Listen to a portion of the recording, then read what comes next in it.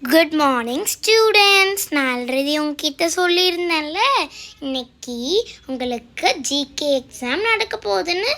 எல்லாரும் படிச்சிட்டிங்களா? இப்போ உட்காந்து ரிவைஸ் பண்ணுங்க பார்க்கலாம்.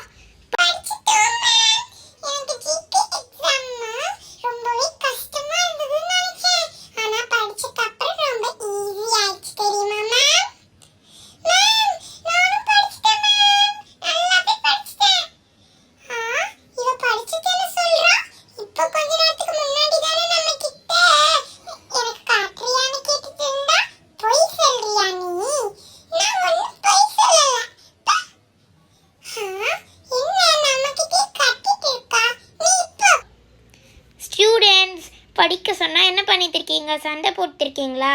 ஒழுங்காக ரிவைஸ் பண்ணுங்கள் படித்ததெல்லாம்.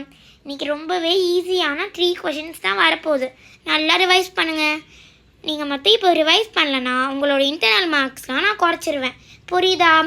யாரும் பேசாமல் உட்காந்து ரிவைஸ் பண்ணும். Okay, good. போய் உட்காருங்க. என்ன யாருமே உட்கார்ற மாதிரியே தெரில. சரி, முதல்ல இந்த பெஞ்செல்லாம் எடுத்து ஓரமாக போட்டுடலாம்.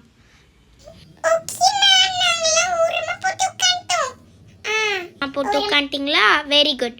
இப்போ உங்களுக்கு நான் பேப்பர்ஸ்லாம் கொடுக்குறேன். இந்தா, நீ வச்சுக்கோ வைலட்.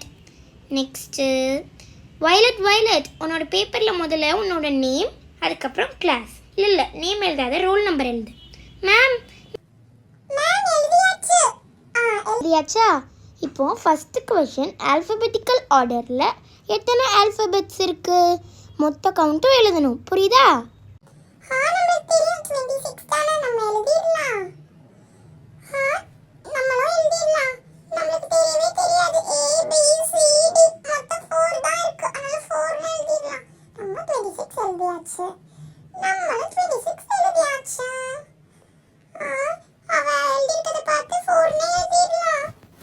ஓகே ஸ்டூடெண்ட்ஸ், எழுதிட்டீங்களா? நெக்ஸ்ட் கொஷின், 6 + 5 எத்தனை? எல்லாரும் கவுண்ட் எழுதுங்க பார்க்கலாம். நம்மளுக்கு 6 + 5 தெரியாது. அதே தமிழ்ல மாட்னா 6 + 5. ஆரஞ்சு தானே, ஆரஞ்சுன்னு எழுதிடலாம். மேம் நான் எழுதிட்டேன் மேம். ஆரஞ்சு தானே மேம் கரெக்ட் ஆன்சர். என்னது, ஆரஞ்சு கரெக்ட் ஆன்சரா? தப்பா எழுதி வை. படிக்க சொன்னால் படிக்கிறது கிடையாது. நம்ம கரெக்டாக தானே எழுதியிருக்கோம். மேமுக்கு நம்ம நல்லா எழுதினா பொறுக்காது. சரி, கொஸ்டின் சொல்லுங்க மேம். நெக்ஸ்ட் கொஷின், நம்மளுக்கு கோழி முட்டை கொடுத்தா மாடு என்ன கொடுக்கும்? எல்லாரும் எழுதுங்க. எனக்கு கோழி முட்டை கொடுத்தா மாடு மீட் தான் கொடுக்கும். சரி, மீட்னு எழுதிடலாம். நெக்ஸ்ட் இவன் எழுதியிருக்கான். நெக்ஸ்ட் பாப்போமா? பக்கத்துல நானும் மீட் தான் எழுதிட்டேன். மாடு நம்மளுக்கு மில்க்கும் கொடுக்கும், மீட்டும் கொடுக்கும். இவன் எழுதியிருக்கா, கவுன்னு எழுதி வச்சிருக்கா. ஓகே மேம், எல்லாரும் எழுதிட்டோம். எல்லாரும் எழுதிட்டீங்களா? ஒவ்வொருத்தங்களா ஸ்பாட் கரெக்ஷன் பண்ணி இப்போவே கூப்பிட்டு அடி கொடுக்க போகிறேன். முதல்ல யாருது இது? வைலட்டோடுதா? சரி, உள்ள என்ன எழுதி வச்சிருக்கா? ஏபிசிடி உனக்கு 4 வைலட். இங்கே வா. ஓ, இதில் மேடம் கணக்கு வேற போட்டு பார்த்துருக்கீங்களா? ABCD = 4. நெக்ஸ்ட்டு 6 + 5 கேட்டால் உனக்கு ஆரஞ்சா? மீட்டு கரெக்டு. 15க்கு 5 மார்க்ஸ் எடுத்து வச்சுருக்கேன்.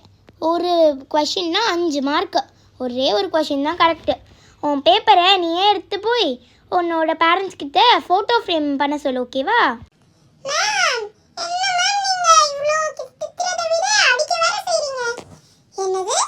அடிக்க வேற செய்கிறேன்னா? அடித்தாதான் நீ எல்லாம் திருந்துவேன். கை காட்டு.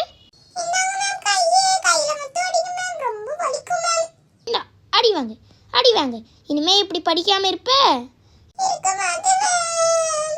நெக்ஸ்ட் நிலா எப்படி எழுதியிருக்கேன்னு பார்க்கலாம். எல்லாம் கரெக்டு தான். 15 out of 15. நிலா இங்கே வா. குட்மா. நெக்ஸ்ட்டு ஃப்ளூரோ. ஃப்ளூரோ மேடம், நீங்கள் எத்தனை எடுத்துருக்கீங்க? நீங்கள் 0. சூப்பர் ஃப்ளூரோ. Last question கவ்வான்.